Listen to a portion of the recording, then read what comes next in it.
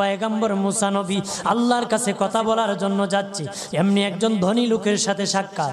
ধনী কয়, মুসা রে, ও মুসা, আমার এত ধন হিসাব রাখতে পারি না, আল্লাহরে জিগাইবানি কি করলে আমার ধন কমবে? মুসা নবী কয়, ঠিক আছে জিগাইব।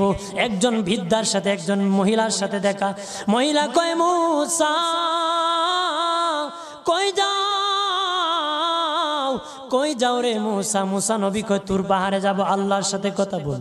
মুসা রে, আল্লাহরে জিগাইবানি, আমি গরিব মানুষ, আমি ভালো কিছু কিনতে পারি না, ছেলে মেয়েকে ভালো কিছু খাওয়াইতে পারি না, ভাঙ্গা ঘর, এত গরিব, ভালো করে ঘর বানাইতে পারি না, আল্লাহরে জিগাইবানি কি করলে আমার উন্নতি হবে, ধনী হব, টাকা পয়সা হবে, আল্লাহরে জিগাইবানি।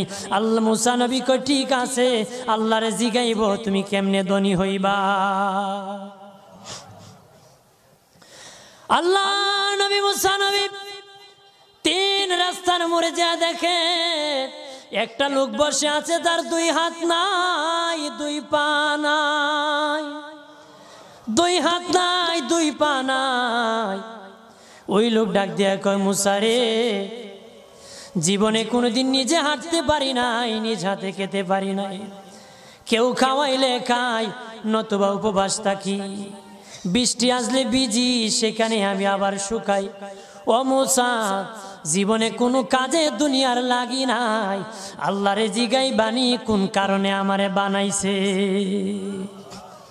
আল্লাহ কয়, জিগাই মনে। মুসা নবী কয়, আল্লাহরে তোর পাহাড়ে মুসা নবী, মুসা ছিল কালিমুল্লাহ, কথা বলার প্রেম ছিল, কথা বলতো, কথা বলার প্রেম ছিল। কথা বলতে বলতে শেষ দিকে আল্লাহ গো, আসার সময় 3টা লোক আমার কাছে প্রশ্ন করেছে। একজন লোক হলো ধনী, কিভাবে তার ধন কমবে গো?